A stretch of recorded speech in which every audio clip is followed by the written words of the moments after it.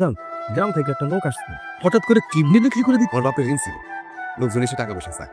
একজন আমার বুদ্ধি দিল যে তুমি তোমার কিডনি বিক্রি করে দাও। বুদ্ধিটা আমার পছন্দ হয়েছে। আমিও আমার চেষ্টা করার পর একজনকে পাইছি যে আমার কিডনি নিয়ে তার বাবারে দিই, এতে তার বাবা বেঁচে যাবে আর আমি আমার বাবার ঋণটা পরিশোধ করতে পারবো। তো কতদিন থাকতে হবে তোমার? এই 7-8 দিন। তুমি থাকো, তোমার যে কদিন লাগবে। কত? আপনাদের বাসায় কিছুদিনের জন্য অতিথি হিসাবে আসছি। আমি শহরে আসছি একটা কিডনি বেচতে। বেচা বিক্রি ফাইনাল। আজকে টেস্ট করাইছে, বলছে যে কিডনি ভালো আছে। আলহামদুলিল্লাহ। নেন, মিষ্টি খাও। টাকার জন্য মানুষ কিডনি বিক্রি করে দেবে? তুই কি জানিস ছেলেটা টাকা দিয়ে কি করবে? জানি তো, বাবার ঋণ শোধ করবো, মৃত বাবার ঋণ। তুই কি এটা জানিস যে একটা মৃত মানুষের ঋণ পরিশোধ করাটা কতটা জরুরি? কবরে সে কত কষ্ট পায়। সন্তানগুলো এমনই হওয়া উচিত। আচ্ছা, আমার একটু উপকার করবেন? কি উপকার করা? আমার শহরটা একটু ঘুরতে মন চাইছে, একটু আমার এটা শহর বিলাতে।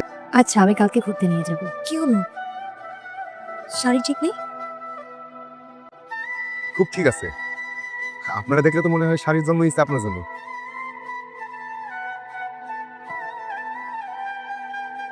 আচ্ছা মিস্টার রতন, আপনি বিয়ে করেছেন?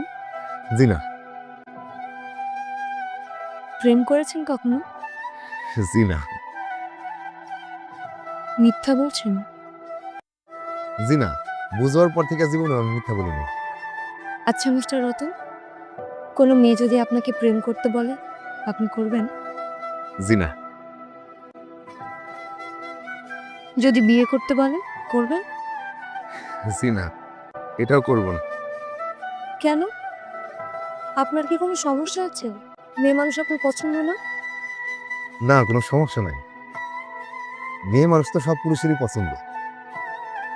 মায়া মানুষ আসলে সুন্দর। দুনিয়ার সবই সুন্দর, মায়া মানুষ অতীব সুন্দর। তাহলে সমস্যা কোথায়? সমস্যা হলো সব সুন্দর জিনিস সেটা নিচে কাটা থাকে।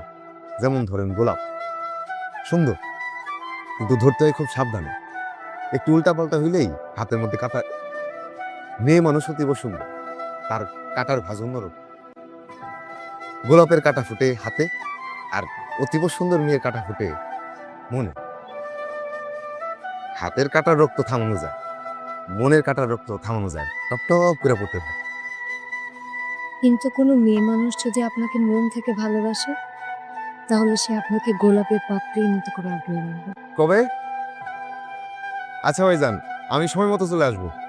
আমার কিডনি খোলার তারিখ পড়ছে, কাল সকালে কিডনি খুলবো। চলেন বাড়ির দিকে যাই।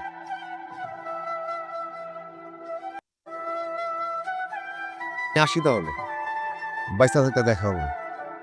এইভাবে বলতে হয় না বাবা, তোমার কিচ্ছু হবে না। তাহলে যাইতেছি, আপনি দোয়া করবেন। আসি। মিস্টার রতনকে আমার খুব পছন্দ হয়েছে, আমি ওনাকে বিয়ে করতে চাই। ঠিক। এই শহরে কি মানুষের অভাব যে রতনকেই তোর বিয়ে করতে হবে? এই শহরে মানুষের অভাব নেই বাবা, কিন্তু ভালো মানুষের খুব অভাব। জীবনটা যে কত সুন্দর, সহজ হতে পারে, সেটা আমি মিস্টার রতনকে না দেখলে বুঝতে পারতাম না। আমার বাবাকে আমরা বাঁচাতে পারলাম না। তারপরে দুনিয়া তো 2 দিনের, দোয়া করবেন। আমিও আপনার বাবার জন্য দোয়া করব। চেকটা রাখেন। আমি তো আপনার কিডনির টাকাটা দিতে পারলাম না, তবে এটা হচ্ছে আপনার একটা সম্মানই। আপনার মাফ করবেন, আমি নিতে পারবো না। আপনার বাবার মুখটা একটু দেখা যাবে? আর জানাজা কখন? আমি জানাজাটা কইরা বাড়ি দিকে রওনা দিব। আপনাকে আমার খুব পছন্দ হয়েছে, আমি খুব ভেবে চিন্তে একটা সিদ্ধান্ত নিয়েছি। জীবনের বাকিটা সময় আপনার সাথে কাটাতে চাই। আপনার মনে হয় ভুল হইতাছে।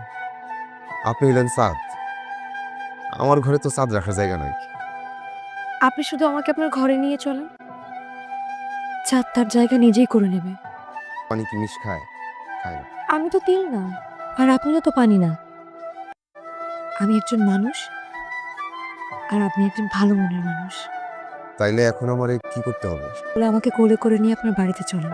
বাড়ি পর্যন্ত যাইতে পারবো কিনা জানি না, তবে চেষ্টা করতে তো দোষ নাই।